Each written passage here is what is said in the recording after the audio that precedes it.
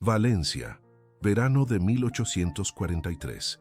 Hay caídas que cambian la vida, y luego están las caídas que cambian la vida, pero que, además, tienen público. La de Elena Herrera fue de las segundas. Pero vayamos por partes, porque esta historia merece contarse desde el principio, desde el olor exacto que tenía aquel jardín aquella tarde de julio, una mezcla obscena de azahar maduro, tierra caliente y esa dulzura espesa del verano valenciano que se te mete en la piel como una promesa que nadie te ha pedido que cumplas, el tipo de calor que hace que los hombres sensatos busquen la sombra y que las mujeres inteligentes se abaniquen junto a la limonada. Pero Elena Herrera no tenía 8 años para ser sensata.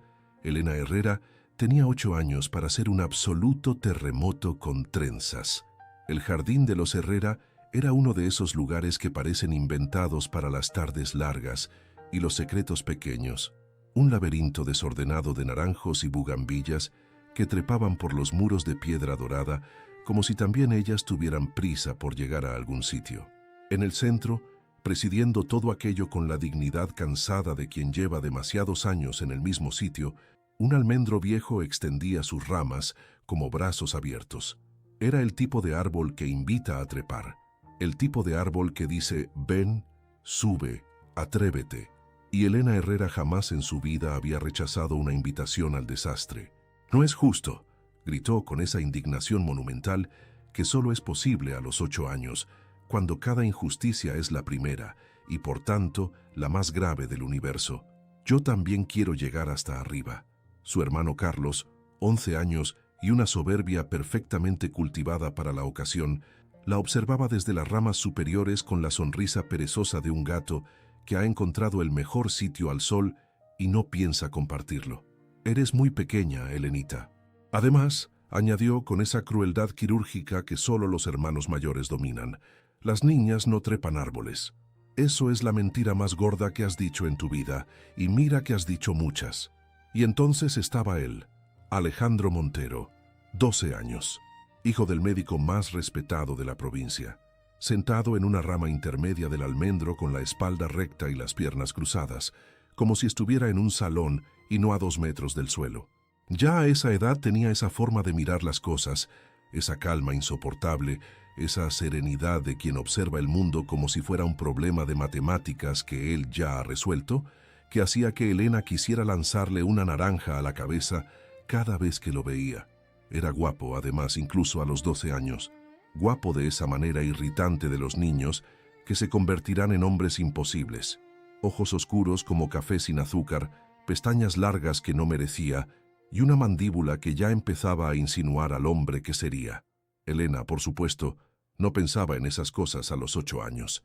Lo que pensaba era que Alejandro Montero era el ser más insufrible que había pisado Valencia desde los romanos. «Déjala intentarlo, Carlos», dijo él, con esa voz tranquila que a Elena le sonaba a condescendencia envuelta en seda. «Si se cae, aprenderá». Elena lo fulminó con unos ojos que ya a los 8 años prometían ser letales. «No me voy a caer, idiota». El destino, que tiene un sentido del humor espantoso y una debilidad particular por humillar a quienes más convencidos están de tener razón, decidió intervenir en ese preciso momento. Elena extendió la mano hacia una rama que estaba, seamos honestos, considerablemente más lejos de lo que su orgullo le permitía calcular. Sus dedos pequeños rozaron la corteza áspera. Por un instante glorioso, casi la alcanzó. Casi. Esa palabra maldita que separa el triunfo del ridículo. Y entonces el mundo giró. El suelo llegó antes de lo previsto, como suelen llegar las cosas desagradables. No fue una caída dramática. No había suficiente altura para eso, pero fue lo bastante aparatosa para que las palmas de sus manos quedaran en carne viva, sus rodillas se tiñeran de polvo y sangre, y sus lágrimas, esas lágrimas que Elena Herrera se había jurado no derramar jamás delante de nadie, y mucho menos delante de él, brotaran sin permiso, sin aviso, sin la menor consideración por su dignidad. «Elena». Carlos bajó del árbol de un salto, toda burla borrada de golpe, porque un hermano mayor puede ser un tirano, pero nunca cuando hay sangre de por medio. Pero fue Alejandro quien llegó primero. Se arrodilló frente a ella en el suelo caliente del jardín, sin una sola palabra de «te lo dije». sin esa sonrisa de superioridad que Elena habría esperado y que, francamente, habría preferido porque habría sido más fácil de odiar. En lugar de eso, tomó sus manos pequeñas y ensangrentadas entre las suyas, unas manos sorprendentemente cuidadosas para un chico de 12 años, manos que ya parecían saber que algún día curarían cosas más graves que rasguños de almendro, y sacó del bolsillo de su chaqueta un pañuelo de lino blanco, perfectamente doblado, impecablemente limpio, el tipo de pañuelo que solo llevan los niños cuyas madres los inspeccionan antes de salir de casa, como si fueran a una audiencia con el rey. Empezó a limpiarle las heridas con una delicadeza que no cuadraba con su edad ni con su habitual aire de saberlo todo. «No llores», le dijo en voz baja, tan baja que Carlos, que llegaba corriendo 3 pasos por detrás, no pudo oírlo. Las cicatrices cuentan historias de valentía. Elena lo miró a través de las lágrimas. Tenía la cara tan cerca que podía ver las motas doradas que vivían dentro de aquellos ojos oscuros, y algo dentro de su pecho de 8 años hizo un movimiento extraño, como un pájaro que intenta volar dentro de una jaula demasiado pequeña. Fue una sensación incómoda, nueva, completamente inaceptable. «Eres un tonto, Alejandro Montero», dijo, con toda la ferocidad que le quedaba. Él alzó la vista, y por un instante que duraría en la memoria de ambos mucho más de lo que cualquiera de los dos admitiría jamás, algo cruzó aquellos ojos oscuros, algo que no tenía nombre a los 12 años, pero que algún día lo tendría. «Y tú eres la niña más terca que conozco, Elena Herrera».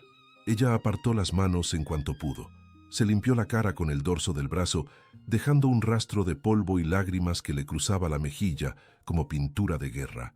Se puso de pie con toda la dignidad que permite tener 8 años, las rodillas destrozadas y el orgullo hecho pedazos, y se alejó sin mirar atrás.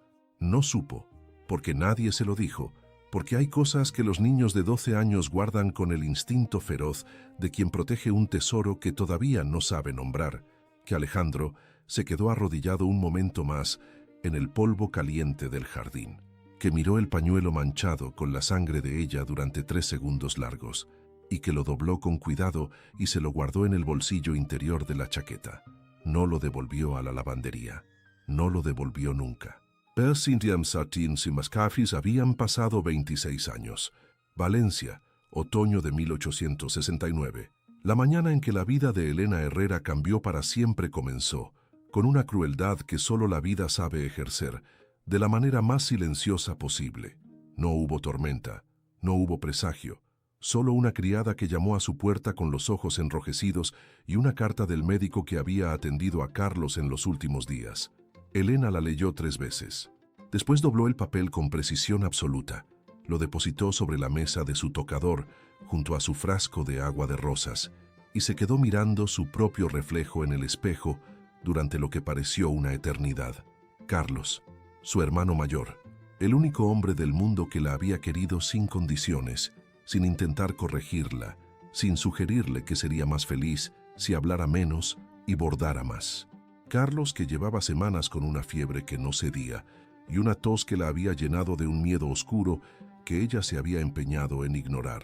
El médico local lo había tratado, pero Carlos se había negado a llamar a nadie de fuera. «Son fiebres de otoño, Elenita. No exageres». Y ahora Carlos ya no estaba. Elena se levantó, fue hasta su escritorio, sacó papel, pluma y tintero. Había una persona a quien debía comunicárselo, aunque solo fuera porque Carlos habría querido que lo supiera. Aunque esa persona fuera precisamente la última del mundo que Elena deseaba ver cruzar la puerta de su casa. Don Alejandro Montero, calle de los Médicos, número 14, Madrid. Escribió la carta con letra firme, sin una sola tachadura. Fue breve y directa, porque el dolor cuando es verdadero no necesita adornos. Don Alejandro, le comunico el fallecimiento de mi hermano Carlos, ocurrido esta mañana a causa de unas fiebres que el médico local no supo diagnosticar a tiempo. El entierro se celebrará en 3 días, en el cementerio de Valencia. Si considera que la amistad que lo unía a mi hermano merece ese gesto, le agradeceré su presencia.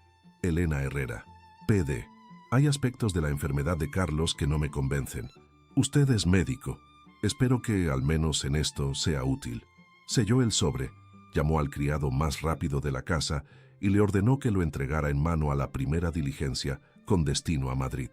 Después cerró la puerta de su habitación, se sentó en el suelo con la espalda apoyada contra la cama y lloró durante 1 hora exacta.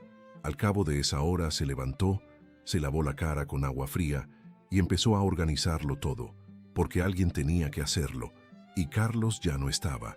El cementerio de Valencia estaba envuelto en la neblina húmeda que el otoño mediterráneo regala como si fuera un favor. Los cipreses se erguían en fila como centinelas discretos, y el olor a tierra mojada, mezclado con flores blancas, creaba esa atmósfera particular que tienen los lugares donde el tiempo parece haberse detenido. Elena llevaba el luto con la misma determinación con que llevaba todo lo demás. Perfectamente.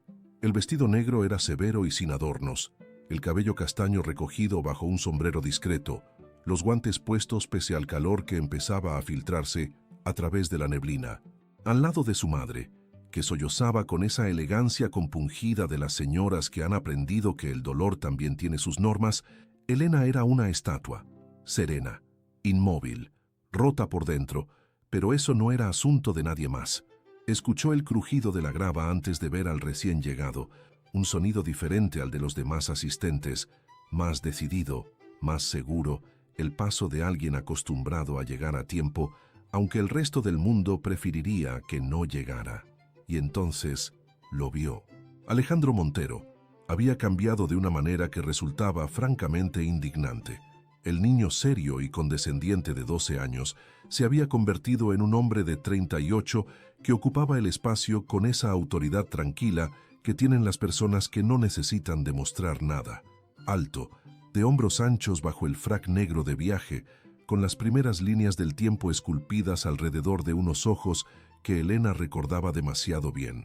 El cabello oscuro, ligeramente más largo de lo que dictaba la moda madrileña, enmarcaba un rostro que el paso de los años había vuelto más interesante en lugar de simplemente más viejo.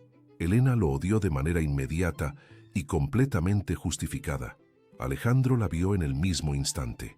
El tiempo hizo algo extraño durante los 3 segundos que duró ese primer cruce de miradas. Se contrajo, se dobló sobre sí mismo y devolvió a Elena 8 años de edad por el tiempo justo para que algo conocido se agitara en su pecho antes de que ella tuviera ocasión de aplastarlo con firmeza.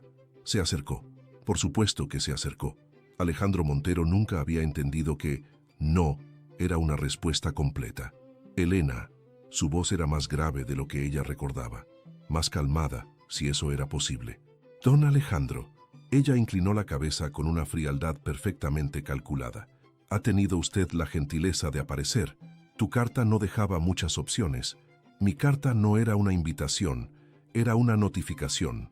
Una arruga brevísima cruzó el ceño de Alejandro. La observó durante un instante. Demasiado tiempo, el suficiente para que Elena sintiera la necesidad de ajustar sus guantes sin motivo aparente. Y luego dijo: Carlos era mi hermano en todo salvo en la sangre. Lo sé. La voz de Elena no tembló. Era una mujer de 34 años que había tenido 3 días para ensayar este momento. Por eso le escribí. Ahora, si me disculpa, debo atender a los demás. Se alejó sin esperar respuesta. Detrás de ella, Alejandro la siguió con los ojos durante más tiempo del que hubiera admitido ante ningún tribunal de la provincia.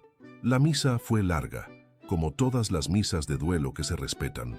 Elena la pasó mirando al frente, con la mano de su madre entre las suyas, perfectamente consciente de que Alejandro estaba sentado 4 filas detrás y ligeramente a su derecha. No se giró ni una sola vez. Eso, se dijo, era lo que se llamaba carácter. Después, en el patio de la iglesia, mientras los asistentes intercambiaban condolencias y la señora Herrera recibía abrazos de medio Valencia entre lágrimas elegantes, fue entre esos abrazos y esas lágrimas cuando don Augusto Ferrer decidió que el mundo necesitaba su opinión. Don Augusto era un hombre de 50 y tantos años con tierras al oeste de la ciudad, una barriga que delataba cenas excesivas y esa convicción inquebrantable de ciertos hombres de que su voz es un regalo para la humanidad. Había sido amigo del difunto padre de Elena, lo cual le otorgaba, en su propia estimación, una autoridad sobre la familia Herrera que nadie le había concedido y que él ejercía con entusiasmo.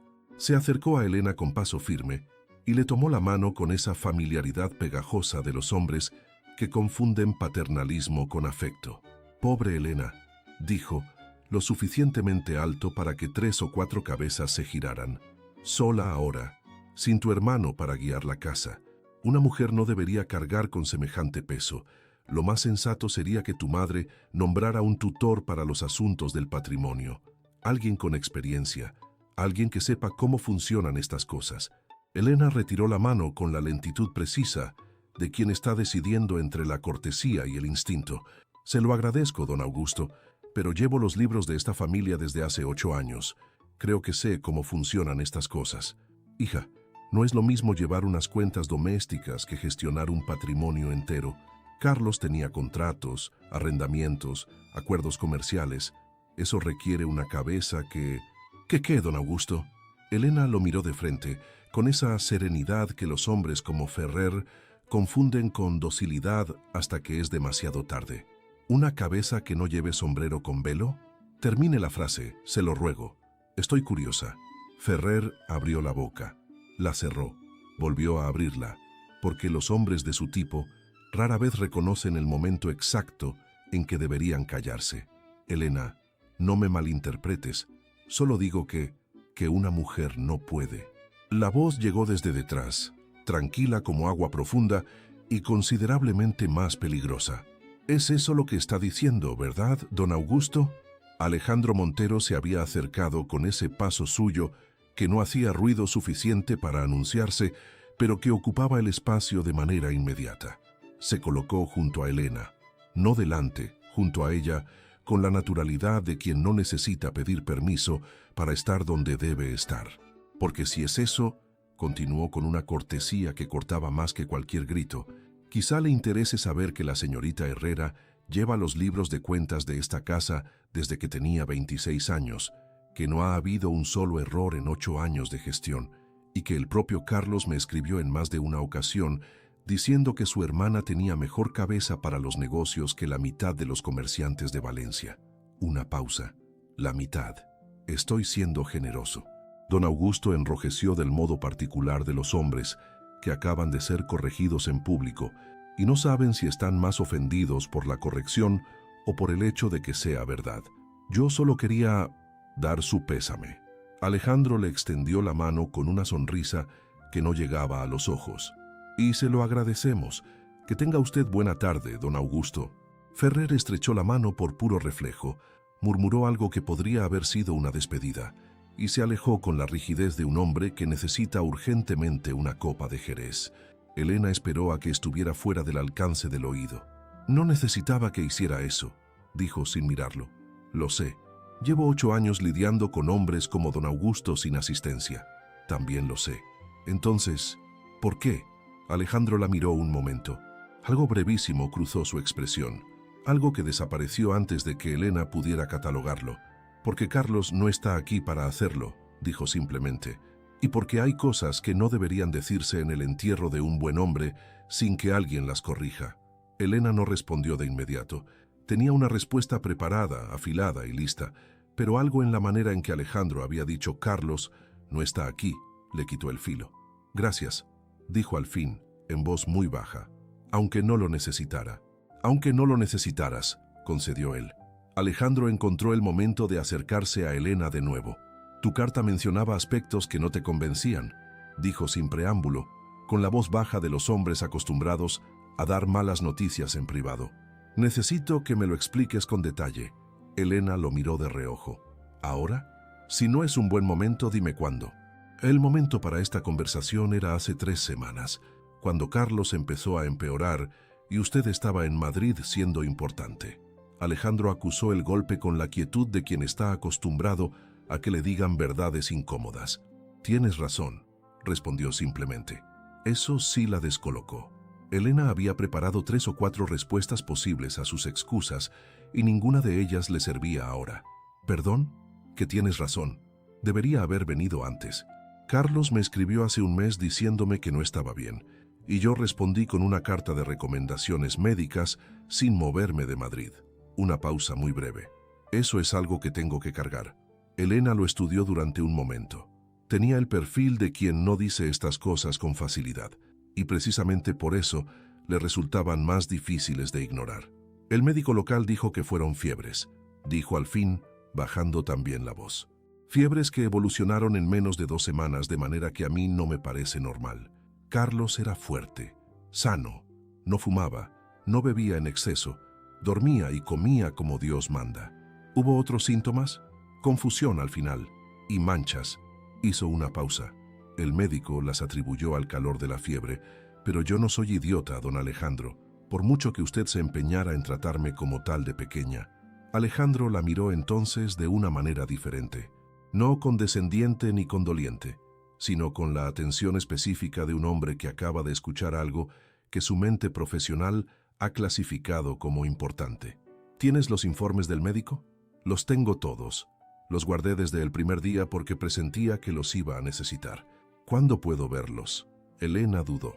Había algo en esta conversación que no había previsto, que Alejandro Montero llegara, le diera la razón y le preguntara exactamente lo que ella necesitaba que alguien le preguntara.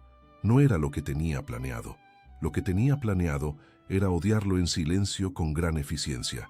Mañana, dijo al fin, si usted se queda en Valencia, me quedo el tiempo que sea necesario. Algo en el pecho de Elena se movió de manera inoportuna. Lo aplastó con discreción.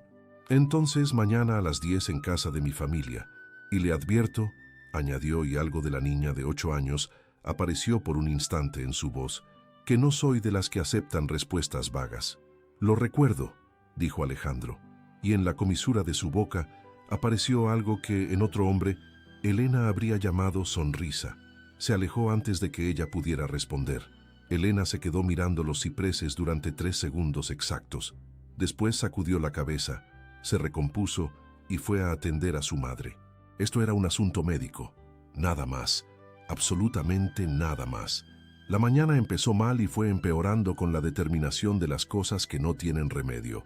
A las 9 menos cuarto, cuando Elena bajaba al gabinete de Carlos con la carpeta de documentos médicos bajo el brazo y la intención de repasarlos una última vez antes de la llegada de Alejandro, el ama de llaves le informó de que don Gaspar Menéndez, notario de la familia desde los tiempos de su padre, esperaba en el vestíbulo. Don Gaspar era un hombre seco y meticuloso, de 60 y tantos años, que llevaba lentes redondos, chaleco oscuro en todas las estaciones del año, y la convicción profunda de que el mundo funcionaba mejor cuando los documentos importantes estaban en manos de hombres que entendían de documentos importantes. Había venido, según dijo, a recoger los papeles de Carlos. ¿A recogerlos? Elena se detuvo al pie de la escalera, con la carpeta apretada contra el costado. Es lo más conveniente, señorita Herrera. Los documentos legales y médicos de un difunto deben archivarse de manera apropiada. Yo tengo un sistema de clasificación que... Los documentos médicos de mi hermano están clasificados cronológicamente, anotados con fechas, síntomas, dosis y observaciones complementarias. Elena lo miró con la paciencia educada de quien explica algo sencillo a alguien que debería entenderlo por sí solo.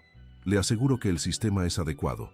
Don Gaspar hizo ese gesto particular de los hombres que sonríen cuando no están de acuerdo, pero creen que la sonrisa lo disimula. Señorita Elena, con todo el respeto, son documentos de naturaleza técnica, informes médicos, recetas, terminología clínica. Una interpretación errónea podría causar alarma innecesaria o, peor aún, dar pie a confusiones lamentables. Lo más prudente sería que alguien con la formación adecuada... ¿La formación adecuada?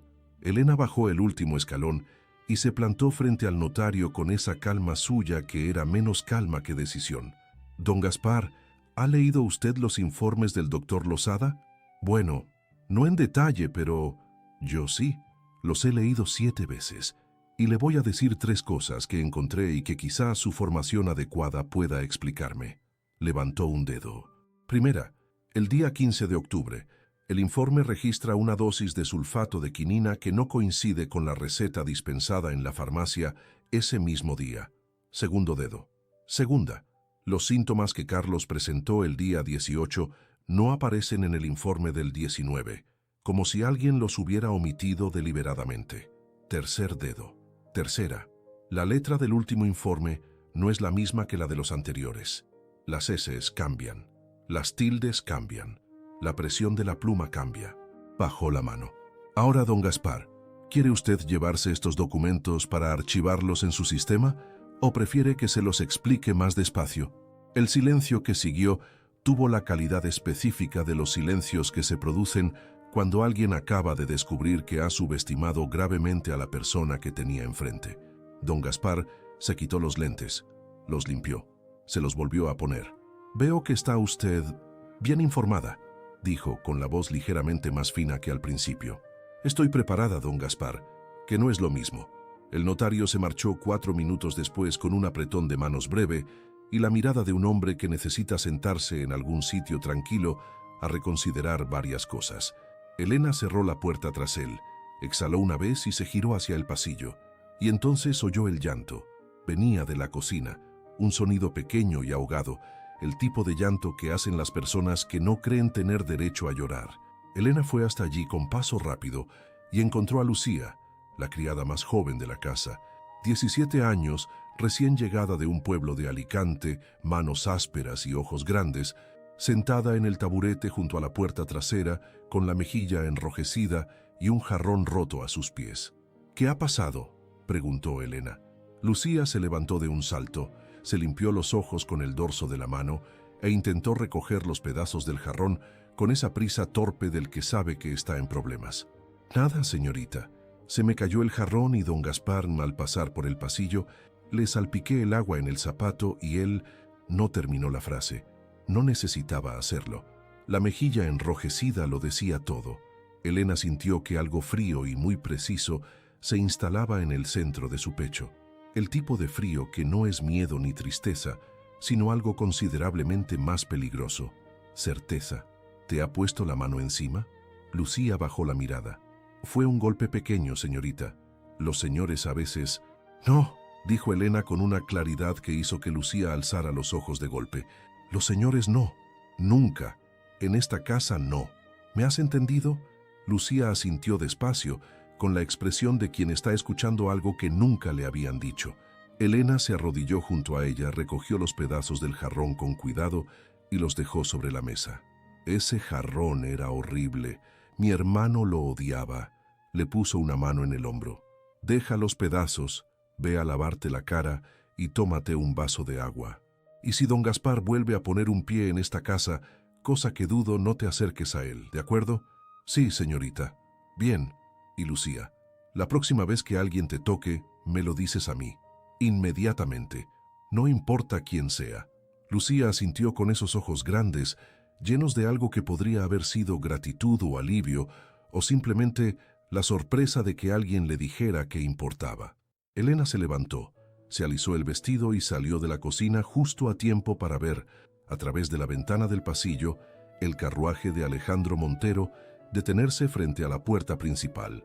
Fue entonces, en ese momento exacto entre la cocina y el pasillo, entre la furia y la compostura, cuando Elena Herrera decidió algo que no sabía que estaba decidiendo, que iba a llegar hasta el fondo de lo que le había ocurrido a Carlos y que no necesitaba el permiso de ningún hombre para hacerlo.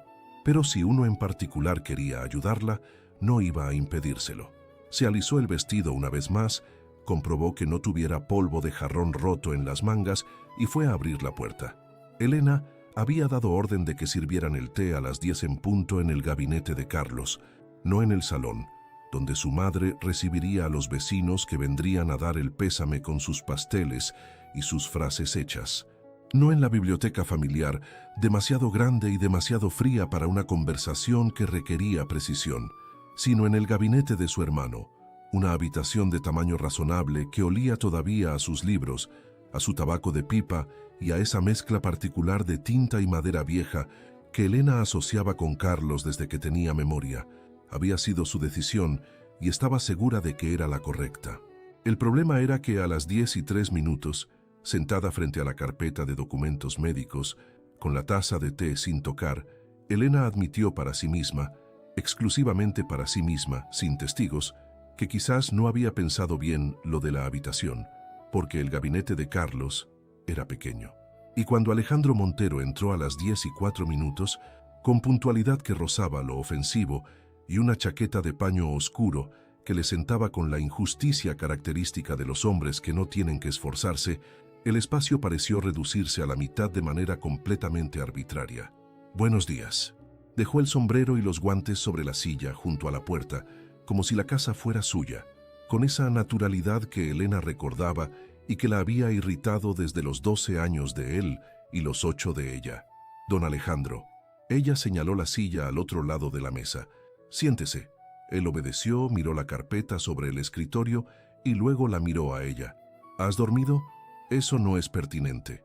Para un médico, el estado de sus interlocutores siempre es pertinente. «Usted no es mi médico. Es el médico de mi hermano muerto, que viene a revisar unos documentos. Le agradecería que recordara la diferencia».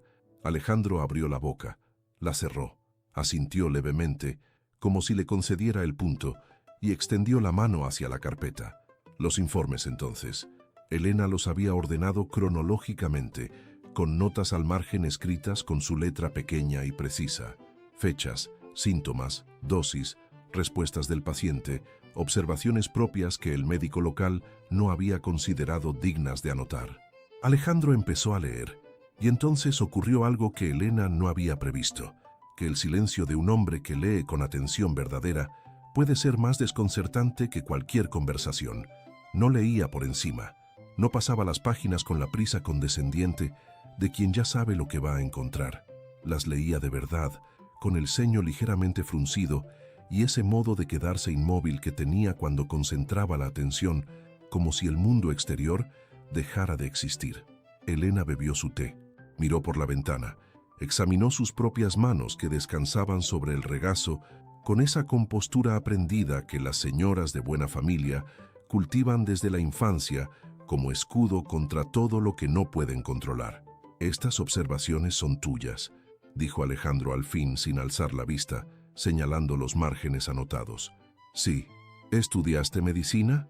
«Estudié lo que se les permite estudiar a las mujeres de mi condición, que es considerablemente menos de lo que me habría gustado. Pero sé leer, sé observar y sé que cuando mi hermano decía que le dolía la cabeza de una manera que nunca había sentido antes, eso merecía más atención que una cataplasma de mostaza». Alejandro dejó los papeles sobre la mesa, la miró con esa expresión que Elena no sabía descifrar y que la ponía nerviosa precisamente porque no sabía descifrarla. «Tus notas son mejores que las del médico», dijo. «Ya lo sé. La progresión que describes aquí», señaló una página, «no corresponde a unas fiebres otoñales.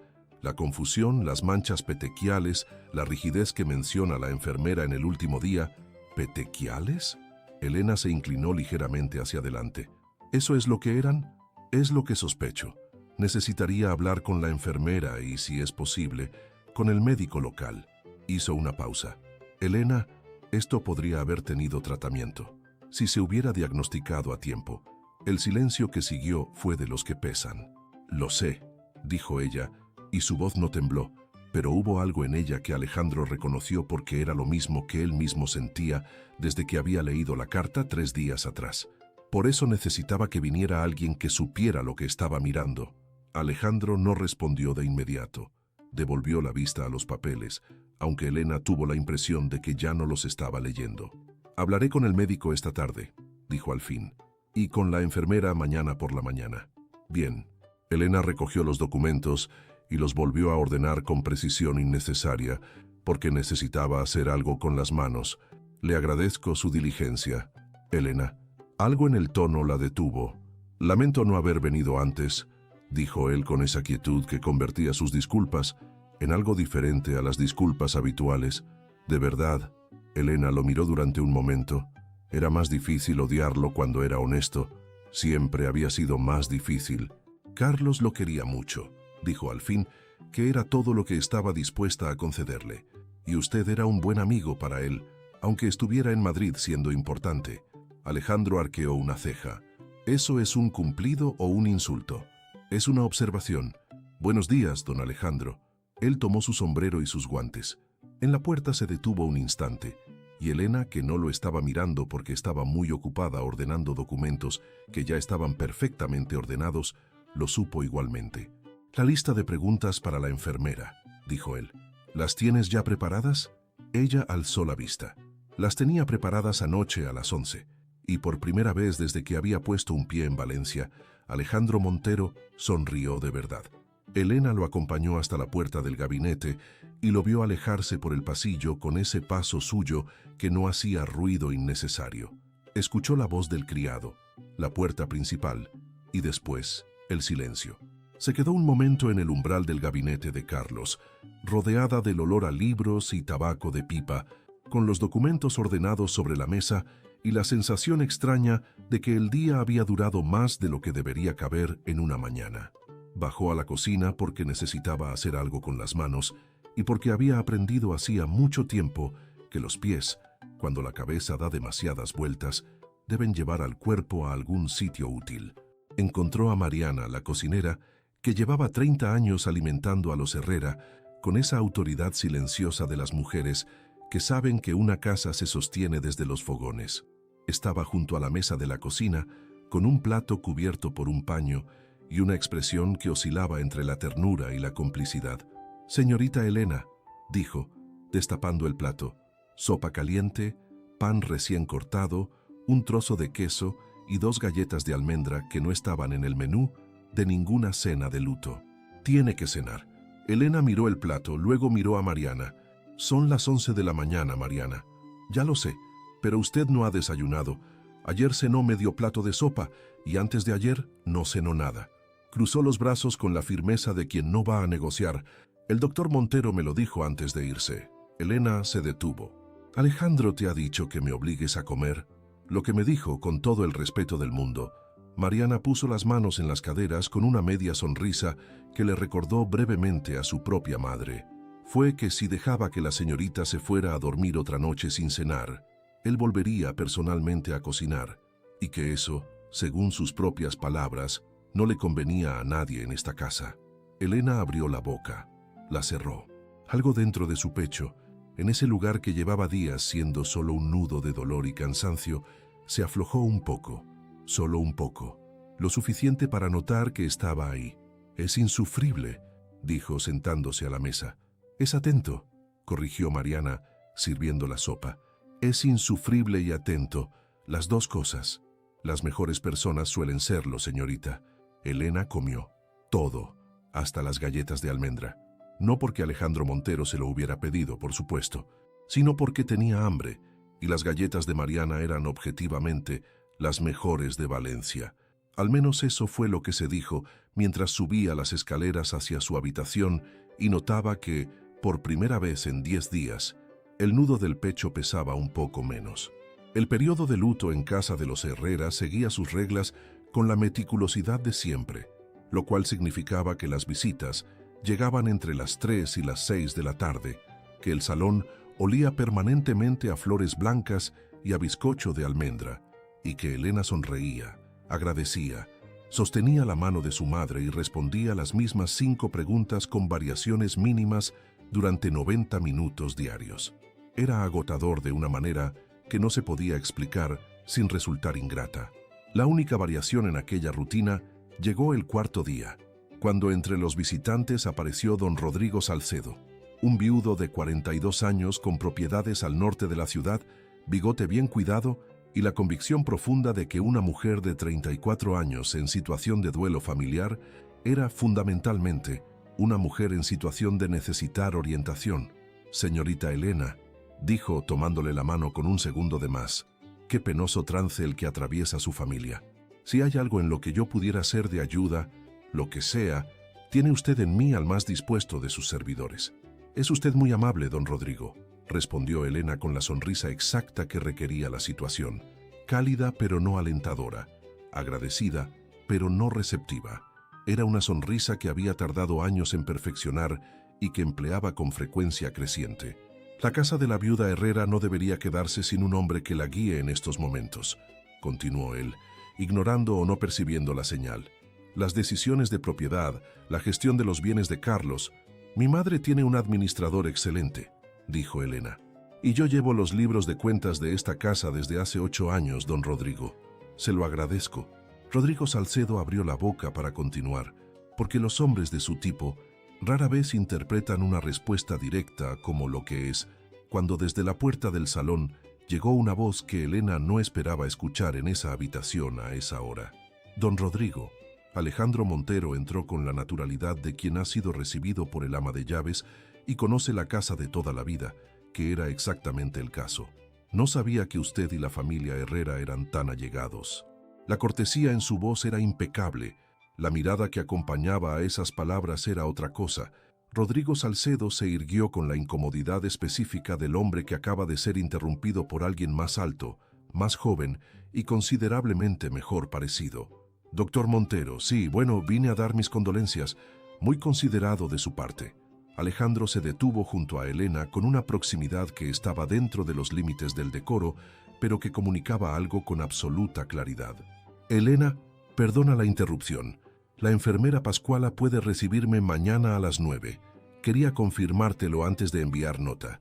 Era una excusa perfectamente construida.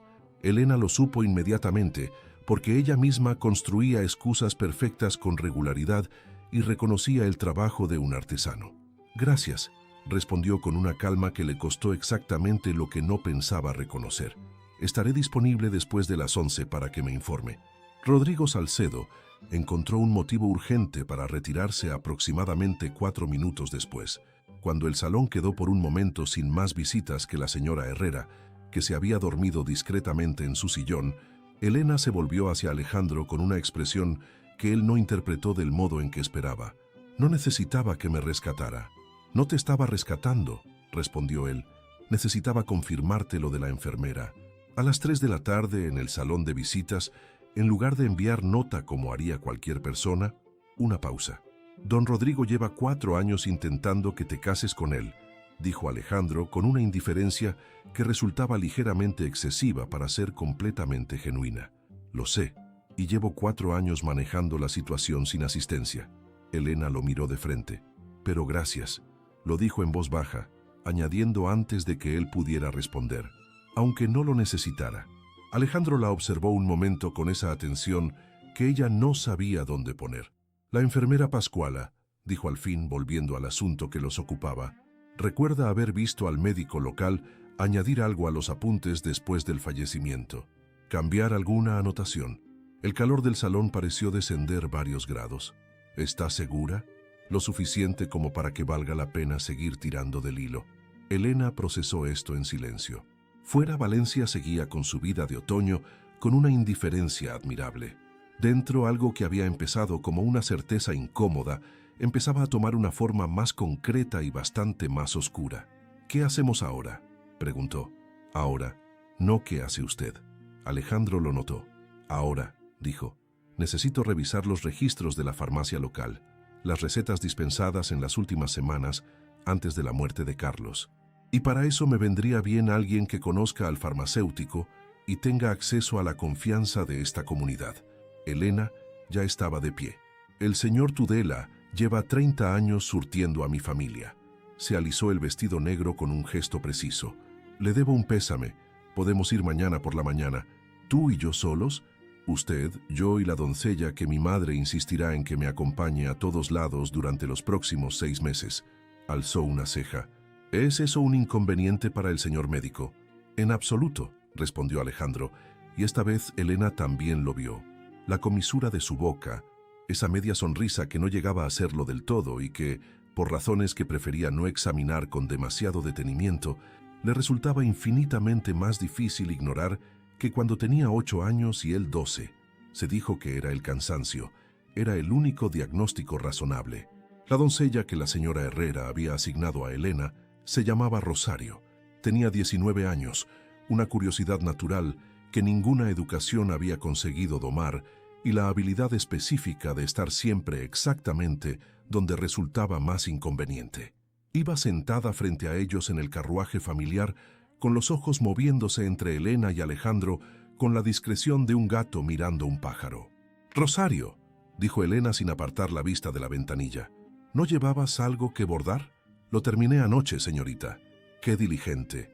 Alejandro, sentado al lado opuesto con el sombrero sobre las rodillas, tenía una expresión absolutamente neutral que a Elena le resultó sospechosamente difícil de leer. El carruaje tomó una curva más cerrada de lo esperado, Valencia ofreciendo sus adoquines con la generosidad habitual, y el maletín médico de Alejandro se deslizó del asiento y golpeó el tobillo de Elena con una precisión que solo puede atribuirse al azar o a la mala fe del universo. «Perdona», dijo él inclinándose a recogerlo, lo cual significó que durante aproximadamente 3 segundos Alejandro Montero estuvo considerablemente más cerca de lo que el protocolo aconsejaba, y Elena tuvo ocasión de notar, sin pretenderlo, que olía a jabón de afeitado y a algo que no supo identificar y que decidió no intentar identificar. «No es nada», respondió ella con una compostura admirable dadas las circunstancias.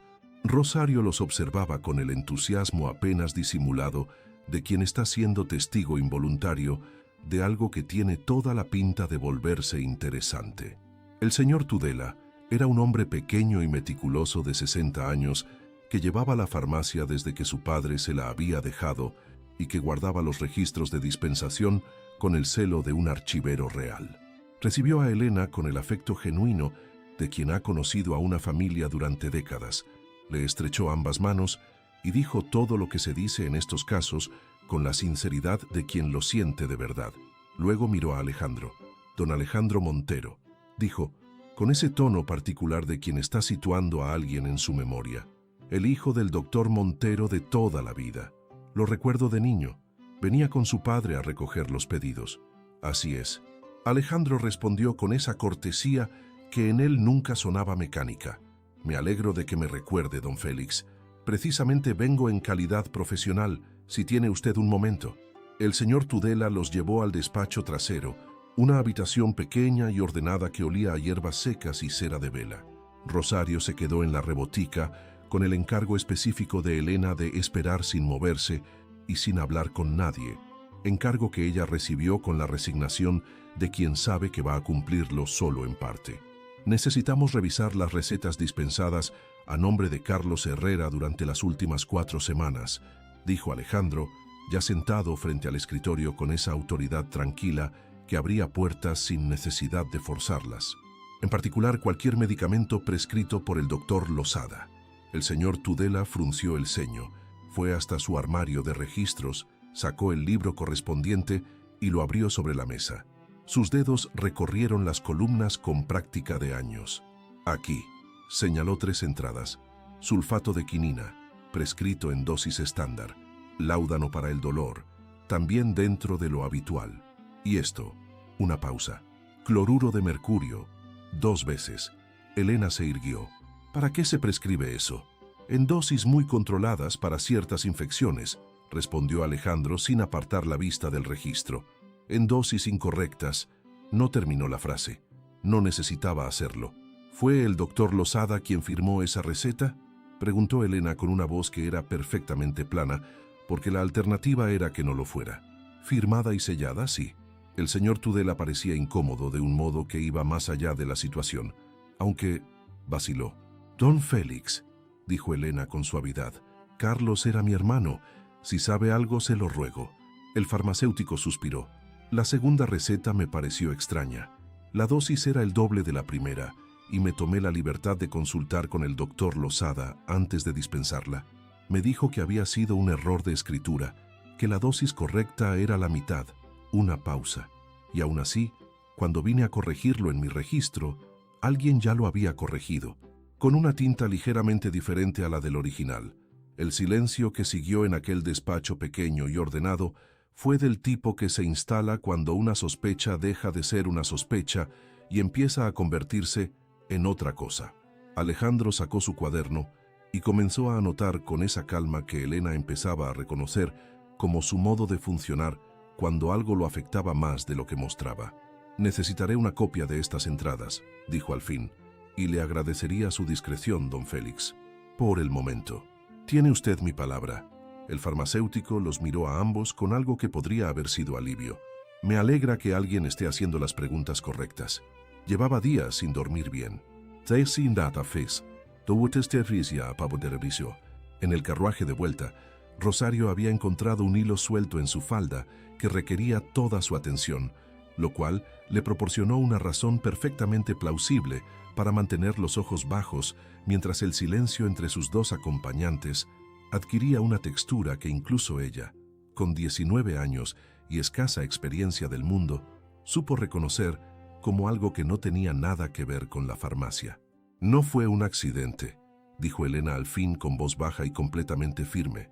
«No lo sabemos aún con certeza», respondió Alejandro en el mismo tono. «Pero hay suficiente para seguir investigando. ¿Qué hacemos?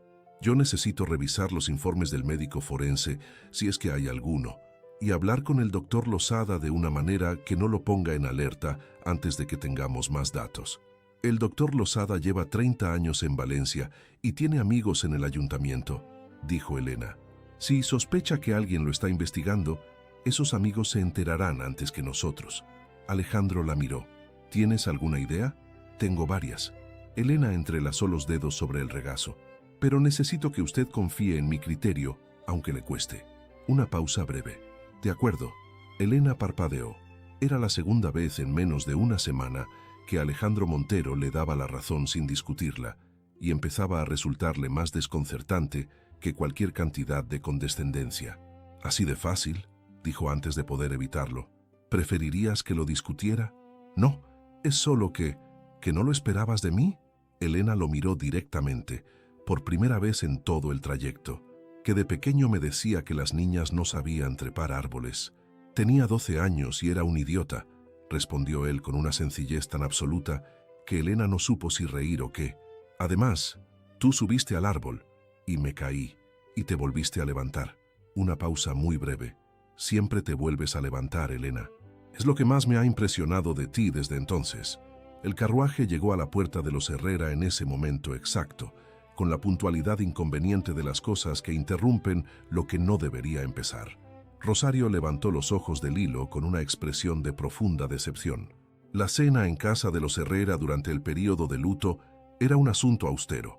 Sopa de verduras, pan, queso y la presencia silenciosa de la señora Herrera, que comía poco y miraba el sillón vacío de Carlos con esa expresión de las personas que todavía están aprendiendo dónde meter la mirada cuando el mundo ha cambiado de forma. Elena había invitado a Alejandro porque era lo razonable. Estaban investigando juntos. Él no conocía Valencia tan bien como para moverse solo, y la señora Herrera, que lo conocía desde niño, se había iluminado por primera vez en días cuando él había llegado a la puerta con su sombrero en la mano y ese modo de saludar a las madres que tienen los hombres criados con buena educación. «Alejandro, qué alegría», había dicho la señora Herrera, tomándole las manos. «Carlos hablaba tanto de ti. Decía que eras el único amigo de verdad que había tenido». Alejandro había respondido algo apropiado. Elena había mirado hacia otro lado, porque la expresión de su cara en ese momento era de las que no se deben ver si uno quiere seguir odiando a alguien con eficiencia. La cena transcurrió con esa mezcla particular de tristeza y calor que tienen las reuniones de personas que se quieren cuando falta alguien. La señora Herrera preguntó por Madrid, por los pacientes, por si Alejandro comía bien viviendo solo, lo cual provocó en Elena una necesidad irresistible de estudiar su servilleta con gran detenimiento.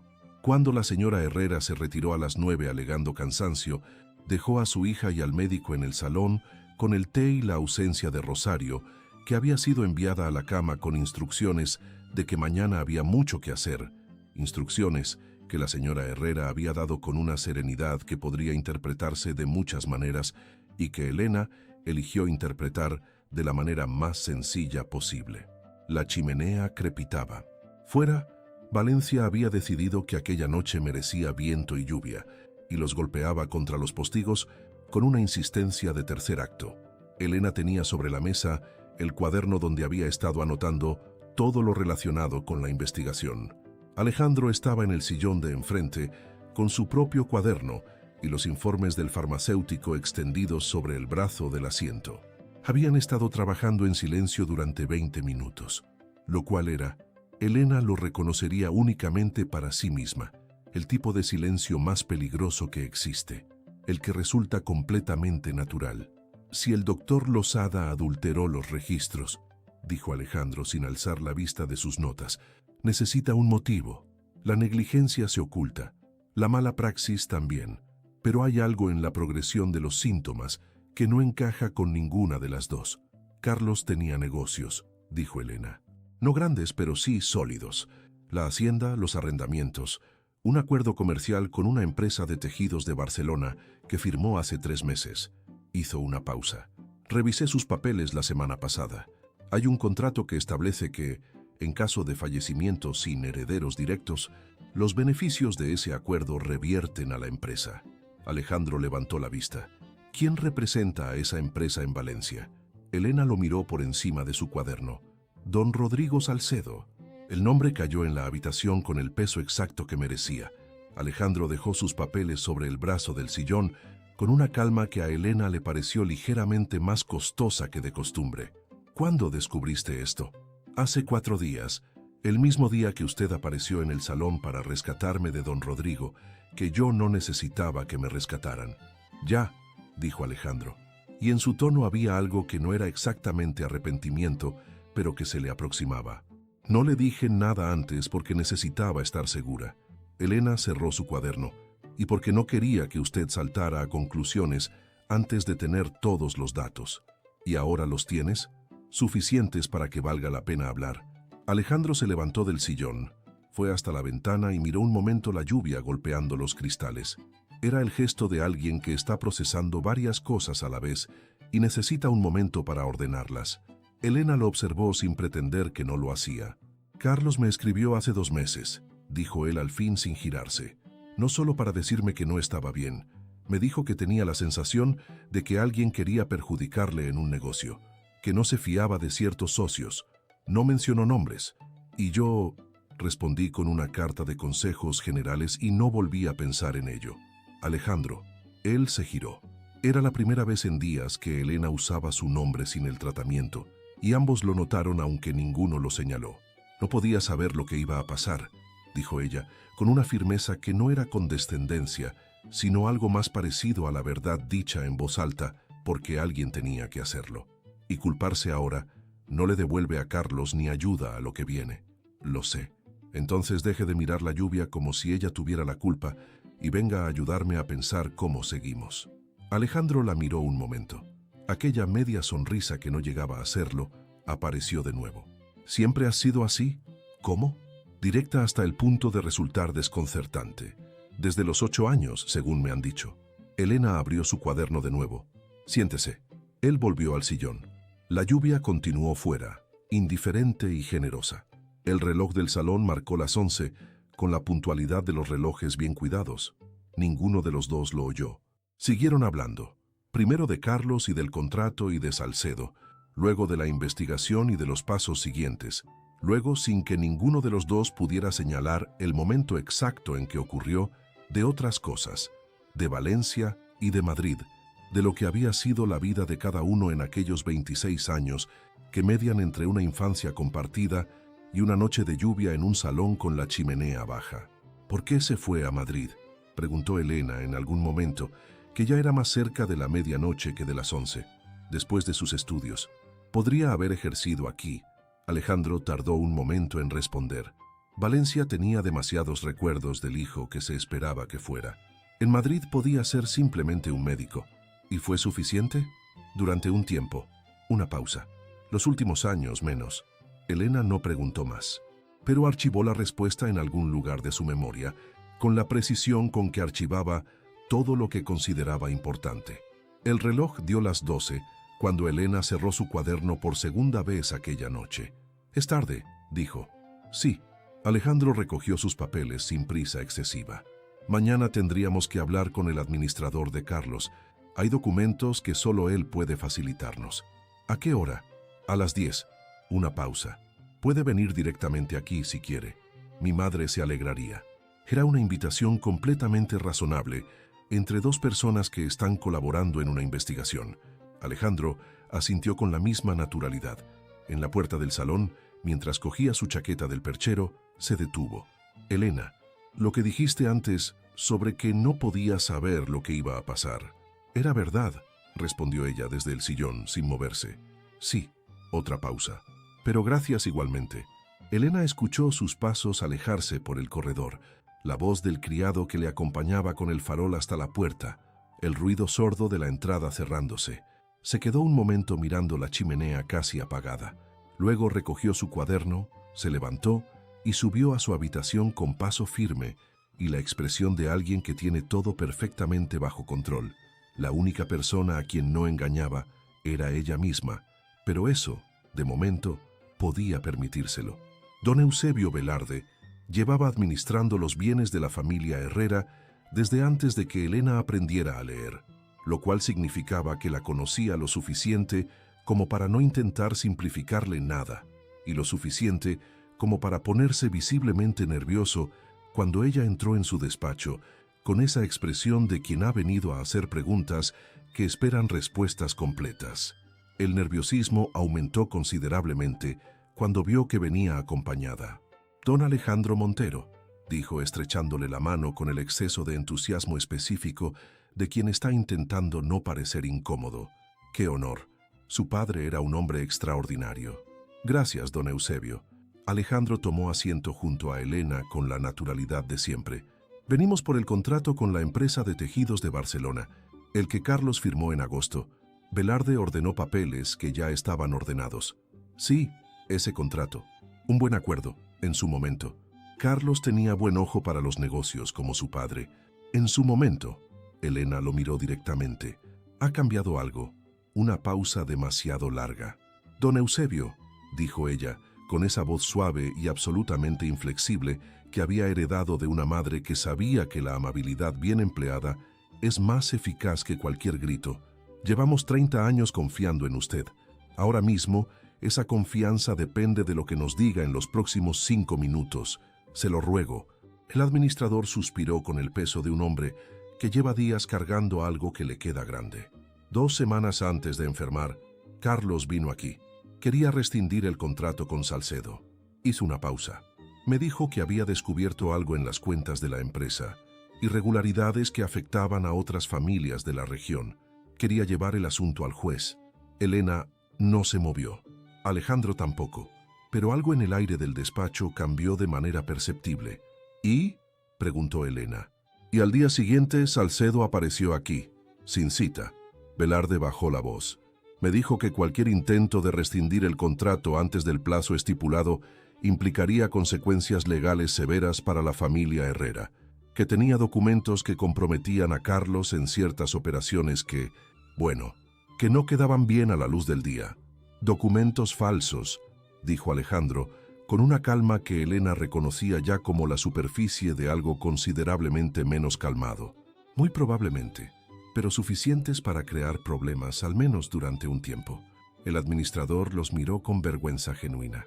«No le dije nada a Carlos porque ya estaba enfermo y no quería añadir más peso. Y luego ya no hubo ocasión». Elena procesó todo esto en silencio durante varios segundos.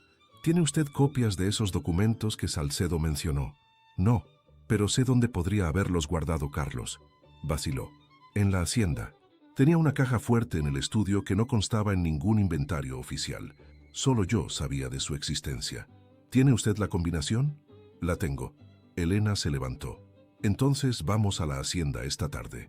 Y la hacienda de los Herrera estaba a 4 kilómetros de la ciudad, al final de un camino bordeado de naranjos que en verano olía de manera improbable y en otoño tenía esa belleza quieta de las cosas que están siendo lo que son sin esfuerzo.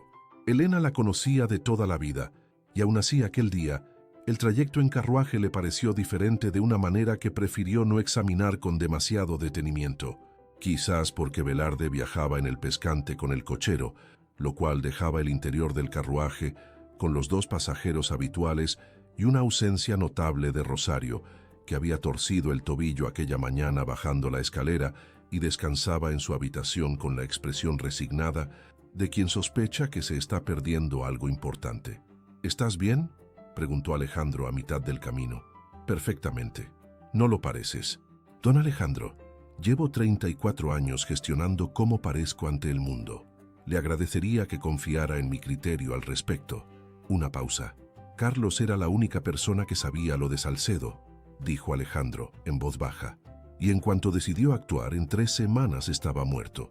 «Sí, Eso significa que si Salcedo descubre que estamos investigando, ya lo sé. Elena miró por la ventanilla.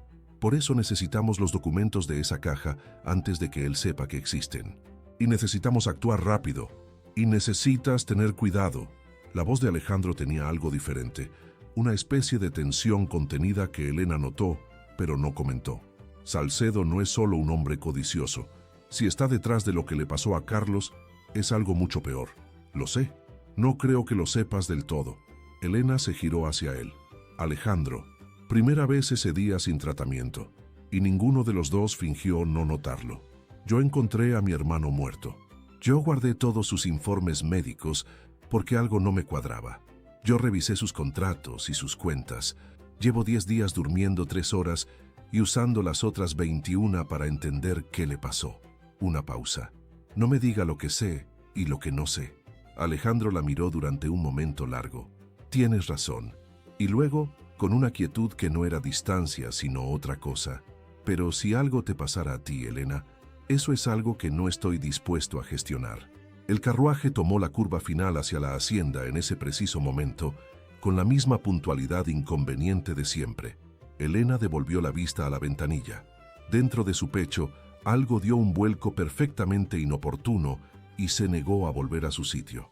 La caja fuerte estaba detrás de un panel de madera en el estudio de la hacienda, exactamente donde Velarde había dicho. Contenía 3 cosas: un fajo de cartas personales atadas con cinta, un sobre con los documentos comprometedores que Salcedo había mencionado, falsificados, como habían supuesto, con una torpeza que hubiera resultado obvia ante cualquier notario competente, y un cuaderno pequeño de tapas negras en el que Carlos había anotado con fecha y detalle cada irregularidad que había descubierto en las cuentas de la empresa de Salcedo. Era exactamente lo que necesitaban. Con esto y con el testimonio del farmacéutico, dijo Alejandro revisando el cuaderno, hay suficiente para presentarse ante el juez. Necesitamos también al médico local. Elena estaba leyendo las cartas personales con una expresión que Alejandro respetó sin interrumpir. Sin su declaración, Salcedo puede alegar que la muerte fue natural y que los registros farmacéuticos son un malentendido. Losada hablará, dijo Alejandro. Los hombres como él solo se mantienen leales mientras el peligro es abstracto. Cuando vea que la alternativa es una acusación formal de homicidio por complicidad, elegirá salvarse. Elena dobló las cartas y las dejó sobre la mesa con cuidado. Había una carta de ti, dijo sin mirarlo, de hace 2 meses, la que mencionaste. Carlos la guardó aquí. Alejandro no respondió. Decía que eras el mejor amigo que había tenido. Que esperaba que los dos encontrarais algún día lo que él había buscado toda la vida. Una pausa. No especificaba qué era, pero creo que lo entiendo. Se levantó, recogió el cuaderno y el sobre con los documentos y los guardó en la cartera que había traído con ese propósito. Todo con esa eficiencia precisa que era su modo de mantener el control cuando el control amenazaba con escapársele. Alejandro la observó durante todo ese tiempo sin decir nada. Luego se levantó él también. Fue hasta donde ella estaba y con una delicadeza que guardaba algún eco lejano de un niño de 12 años, limpiando unas manos pequeñas con un pañuelo de lino, tomó la cartera de sus manos. Yo la llevo. Elena lo miró.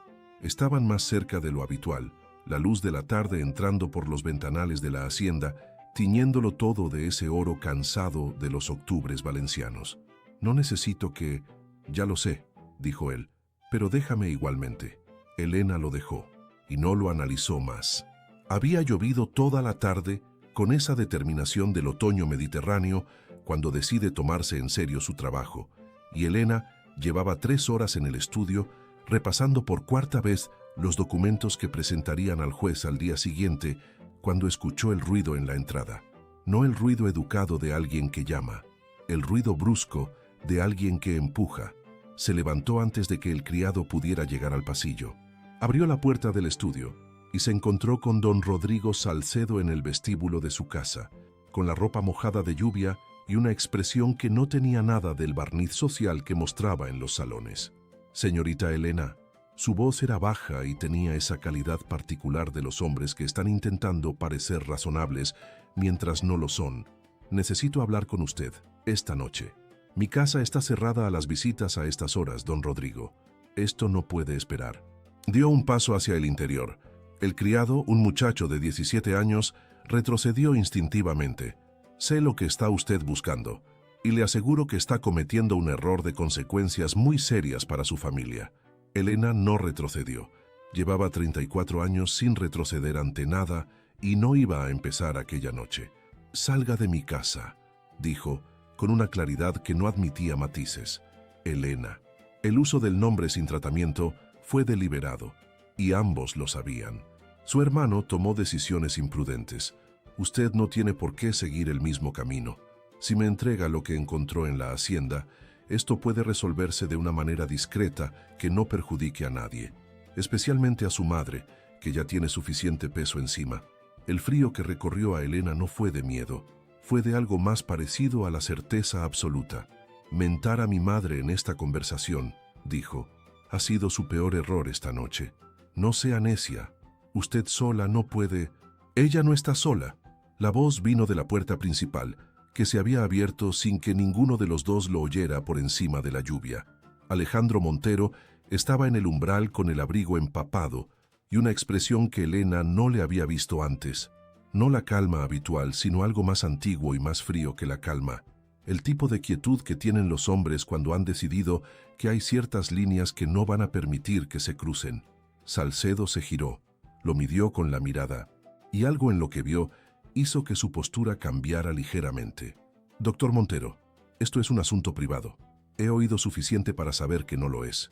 Alejandro entró, cerró la puerta a sus espaldas y se colocó de manera completamente natural entre Salcedo y Elena, sin hacer de ello un gesto teatral, simplemente ocupando el espacio como quien sabe que ese es su lugar. Va a salir ahora, y mañana a las 10, Elena y yo estaremos en el despacho del juez Alcántara con documentación suficiente para que lo que ocurra después no dependa de su cooperación. Salcedo los miró a los dos durante un momento. Están cometiendo un error. Es posible. La voz de Alejandro tenía esa calma que ya no engañaba a Elena. Buenas noches, don Rodrigo. Salcedo recogió su sombrero que había dejado sobre la consola de entrada con una familiaridad que ahora resultaba obscena y salió. La puerta se cerró. La lluvia continuó. Elena exhaló despacio. ¿Cómo sabías que estaba aquí? No lo sabía. Vine a traerte el resumen que preparé para el juez y vi su carruaje en la calle. Una pausa. ¿Estás bien? Sí, Elena. Estoy bien. Lo miró. Pero gracias. Algo en la expresión de Alejandro se movió, un instante apenas, antes de volver a ser lo que era habitualmente. Mañana necesito que no venga sola al juzgado, dijo. Iré con usted. Eso no es lo que... Alejandro. Elena se acercó 2 pasos y lo miró directamente, desde esa proximidad en que las palabras tienen que ser honestas porque ya no hay suficiente distancia para los rodeos. No soy de las que se quedan en casa esperando que los hombres resuelvan las cosas. Carlos era mi hermano. Esta es mi investigación tanto como la suya, y mañana entro por esa puerta del juzgado. Él la miró durante un momento largo, y en sus ojos había algo que ya no era solo atención profesional, ni amistad reconstructiva, ni el peso compartido de una pérdida. Era algo más, y ambos lo sabían, y ninguno de los dos habló de ello. Lo sé, dijo al fin. Por eso he dicho que vengas conmigo, no sola. Una pausa. Ah, dijo Elena. Sí. El fuego en la chimenea del estudio, que Elena había dejado encendido, enviaba su luz hasta el pasillo. La lluvia continuaba. El reloj dio las 10. Quédate a revisar el resumen, dijo Elena, porque era lo razonable. Necesito leerlo antes de mañana. De acuerdo. Entraron en el estudio. Elena sirvió 2 tazas del té que llevaba frío desde hacía 1 hora. Alejandro extendió sus papeles sobre la mesa junto a los de ella, y durante un momento, los dos miraron aquel conjunto de documentos que representaban semanas de trabajo, el esfuerzo meticuloso de 2 personas que habían empezado como aliados incómodos y habían terminado siendo, sin que ninguno supiera señalar el momento exacto, otra cosa. Alejandro, dijo Elena sin alzar la vista de los papeles, lo que dijiste en el carruaje, el otro día, que si algo me pasara a mí, era algo que no estabas dispuesto a gestionar. Una pausa. Lo dije. ¿Lo decías como médico? Silencio. Uno de esos silencios que tienen forma y peso y temperatura. ¿No? dijo él. Elena alzó la vista. Alejandro la estaba mirando con esa expresión que ya no intentaba ser neutral, la expresión de un hombre que ha llevado 22 años siendo cuidadoso con las palabras y que está a punto de dejar de serlo. Se levantó despacio, rodeó la mesa, se detuvo frente a ella con esa proximidad que ya no necesitaba justificarse con carpetas, ni documentos, ni tazas de té. Elena, dijo con esa voz baja que ella había aprendido a reconocer como la versión más honesta de él. Llevo 10 días mirándote trabajar, verte organizar los papeles de tu hermano, con las manos que yo limpié hace 26 años, escucharte hacer las preguntas correctas cuando los demás no sabían ni cuáles eran. Una pausa. Y me cuesta una cantidad considerable de esfuerzo mantener la distancia que la situación requiere. Elena lo miró durante un momento sin decir nada. ¿Cuánto esfuerzo?, preguntó al fin, con una voz que salió más baja de lo que pretendía. Bastante, respondió él. Y entonces Elena Herrera, que llevaba 34 años, siendo la persona más práctica de cualquier habitación que ocupara, tomó la pequeña decisión que cambia las grandes cosas. No apartó la mirada.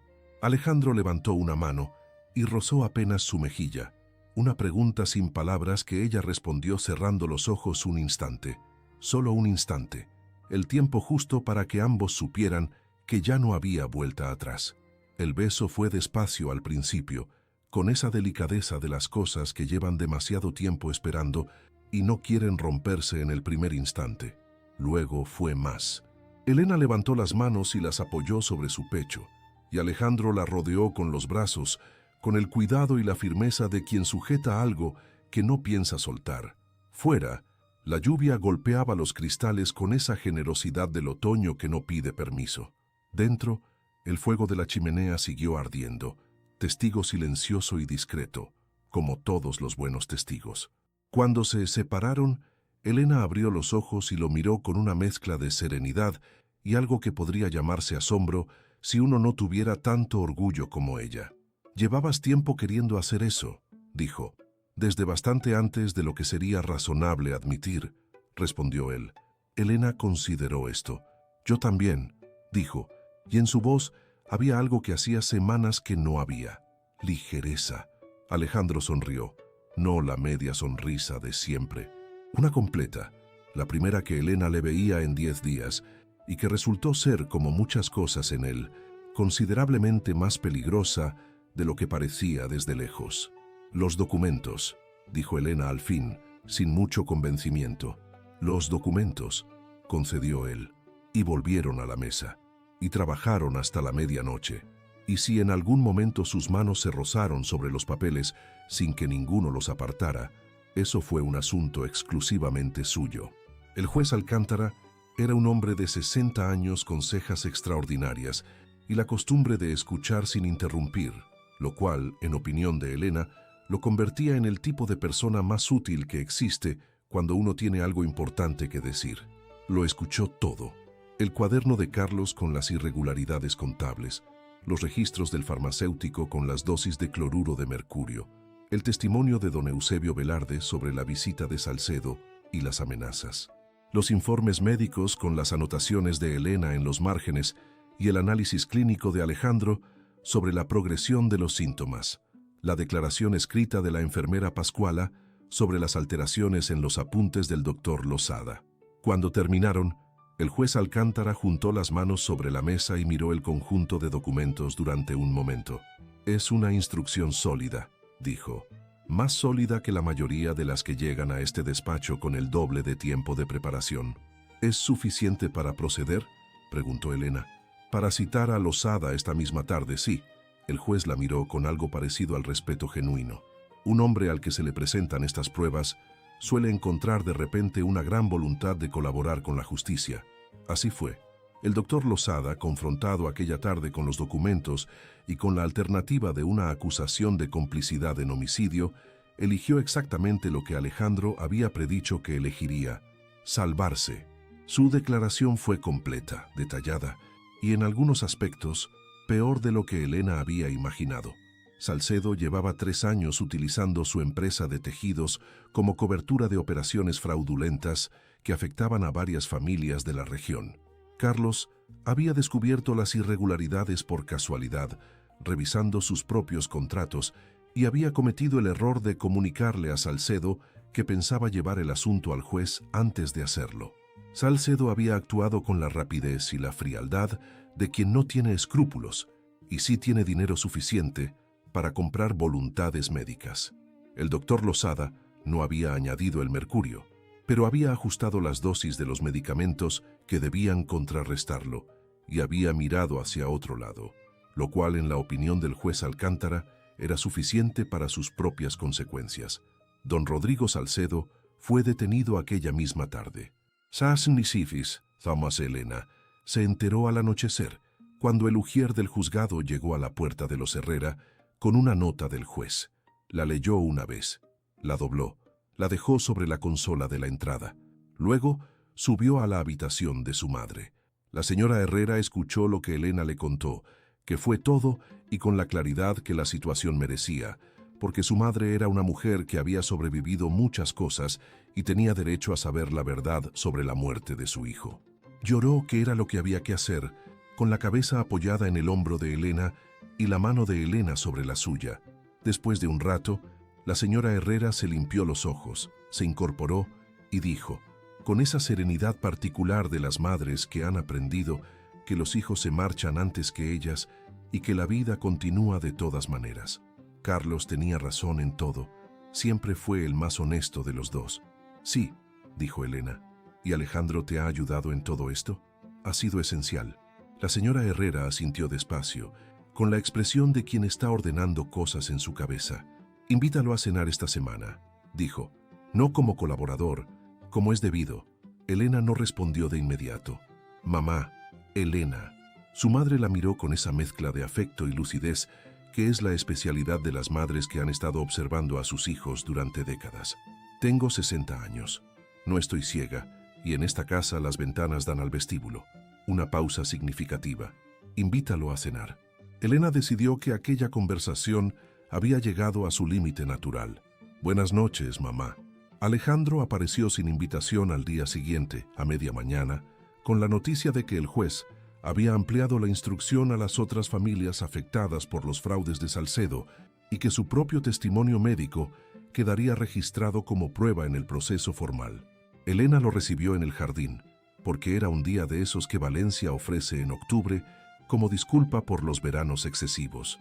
Cielo limpio, aire fresco, luz dorada entre las ramas del almendro. «Ya terminó», dijo Alejandro, de pie junto a ella frente al árbol. «Sí. ¿Cómo estás?» «Cansada». Elena consideró añadir más y decidió que era suficiente. «Y en paz, creo. Por primera vez desde que todo empezó». Alejandro asintió. Miraba el almendro con esa expresión suya de estar pensando varias cosas a la vez, sin prisa por decirlas. «Me marcho pasado mañana», dijo al fin. Elena no respondió inmediatamente, lo cual fue, en sí mismo, una clase de respuesta. «¿A Madrid?», dijo. «Tengo pacientes y asuntos pendientes que he aplazado 3 semanas». Claro, el silencio que siguió era de una textura diferente a los silencios de trabajo de las últimas semanas, más incómodo, más honesto. «Elena». Alejandro se giró hacia ella. «Lo de antes de ayer no fue...». «No digas que no fue nada», lo interrumpió ella, con una calma que costaba exactamente lo que no iba a admitir. Sería mentira, y los dos lo sabemos. No iba a decir eso. No, iba a decir que no fue suficiente. Elena lo miró. La luz de octubre le daba de lado y hacía que sus ojos oscuros tuvieran esa calidad específica que ella había estado intentando no notar durante 3 semanas, con un éxito cada vez más relativo. «Ah», dijo, «pero tampoco sé qué ofrecerte».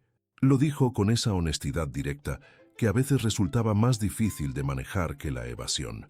«Vivo en Madrid. Tú tienes tu vida aquí, tu familia, todo lo que importa. Y no soy un hombre fácil, Elena. Lo sabes mejor que nadie». «Llevo 26 años sabiéndolo», respondió ella. «No me has dicho nada nuevo». «¿Entonces qué?». Elena miró el almendro un momento. Luego lo miró a él. «Vete a Madrid», dijo. «Atiende a tus pacientes.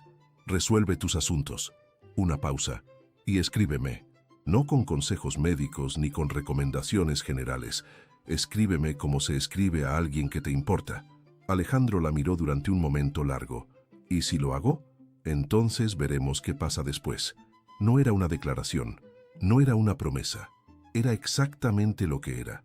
Dos personas adultas que se conocen de verdad y que tienen el suficiente respeto mutuo como para no precipitar lo que merece tomarse su tiempo.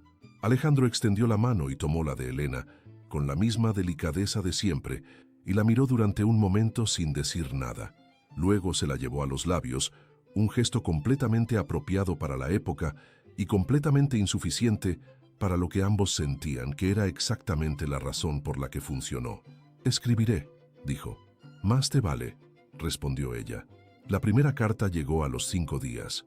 Era breve, directa y absolutamente sin florituras literarias, lo cual era exactamente lo que Elena habría esperado de Alejandro Montero si hubiera esperado alguna carta, que oficialmente no era el caso. Elena: «He llegado a Madrid. Mis pacientes estaban como los deja uno cuando se ausenta 3 semanas sin avisar. El señor Fuentes ha ignorado todas mis recomendaciones dietéticas. La señora Palomares ha encontrado 3 enfermedades nuevas en mi ausencia y el joven Arrieta se ha roto el mismo brazo por segunda vez en un año. La consulta huele a invierno. En Valencia olía a naranjos incluso en octubre. No sé si eso es un comentario sobre Valencia o sobre mí. Alejandro». Elena leyó la carta 2 veces. Luego cogió papel y pluma. «Alejandro, el señor Fuentes tiene mi simpatía. Las recomendaciones dietéticas suelen ignorarse con razón. Valencia sigue oliendo a naranjos. Mi madre pregunta por usted con una regularidad que empieza a resultar sospechosa. Elena». Las cartas que siguieron fueron más largas. No de golpe, sino gradualmente, como ocurren las cosas que importan, añadiendo una frase aquí, un párrafo allá, hasta que Elena se encontró escribiendo sobre los preparativos del invierno en la hacienda, sobre un libro que estaba leyendo, sobre la conversación que había tenido con el juez Alcántara respecto al proceso de Salcedo, que avanzaba con la solidez satisfactoria de los asuntos bien instruidos. Alejandro escribía sobre sus casos, sin nombres pero con el detalle vivo de quien disfruta de su trabajo, sobre Madrid y su luz diferente, sobre los libros de medicina que estaba revisando, sobre una conversación con un colega que le había recordado algo que Elena había dicho aquella noche en el gabinete de Carlos. En diciembre escribió: «He pensado mucho en lo que dijiste sobre Carlos, que no podía saber lo que iba a pasar. Creo que lo he aceptado, que es diferente a simplemente entenderlo. Hay cosas que uno carga durante años antes de poder dejarlas en algún sitio. Echo de menos Valencia de una manera que no sabría justificar médicamente». Elena respondió: «Valencia te echa de menos con la misma dificultad para justificarlo, y me alegra que hayas podido dejar ese peso. Carlos te habría dicho lo mismo que yo, y probablemente con menos paciencia». En enero llegó una carta más larga que las anteriores. Alejandro describía una tarde en que había ido a pasear por el Retiro y había visto a un niño trepar a un árbol con esa determinación específica que tienen los niños que no aceptan límites, y cómo le había resultado completamente imposible no pensar en una niña de 8 años con las palmas ensangrentadas y el orgullo intacto. Elena tardó 2 días en responder esa carta. No porque no supiera qué decir, sino porque lo que quería decir requería que se sentara con ello el tiempo suficiente para estar segura de que era verdad, y no solo el producto de 4 meses de cartas y de un invierno largo. Cuando respondió, escribió: «Alejandro, hay algo que llevo tiempo pensando, y que es más fácil escribirlo que decirlo en voz alta, aunque cuando llegues a Valencia, pienso decírtelo igualmente. Guardaste ese pañuelo. 22 años después seguía en tu libro de anatomía. Lo vi cuando buscabas tus notas en el gabinete de Carlos, y no dije nada porque no supe qué hacer con ello. No soy una mujer que se deje impresionar fácilmente, pero eso me impresionó. Elena». La respuesta tardó 3 días, que fue lo que tardó Alejandro en resolver sus asuntos en Madrid, hacer el equipaje y subir a la diligencia con destino a Valencia. Se llegó un martes de febrero, con el frío seco del invierno tardío, y sin aviso previo, aunque el hecho de que Elena estuviera en el jardín cuando su carruaje entró por la puerta y no en el interior de la casa, como habría sido lógico para la temperatura que hacía, Sugería que el aviso, de una manera u otra, había llegado de todos modos. «¿Ibas a decirme algo en voz alta?», dijo Alejandro, deteniéndose frente a ella en el jardín, con el abrigo de viaje y el sombrero en la mano, como la primera vez. «Sí, pues aquí estoy». Elena lo miró durante un momento.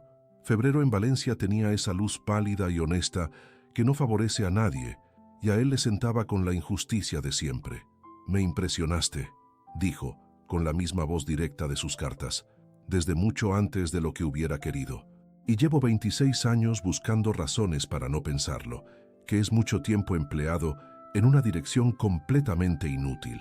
Alejandro la miraba en silencio.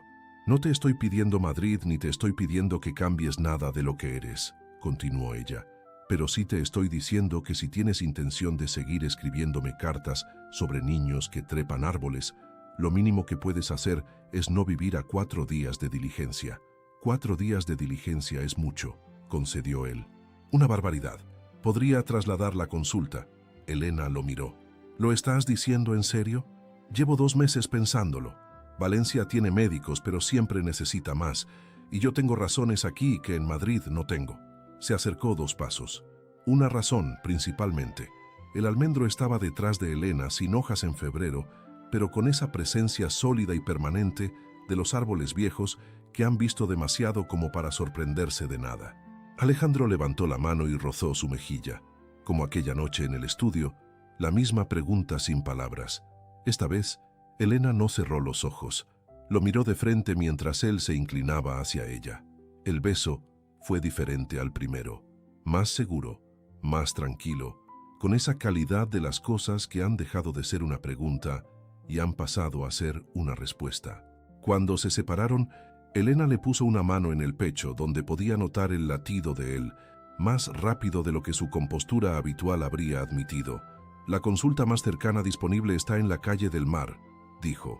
«¿Cómo sabes eso?»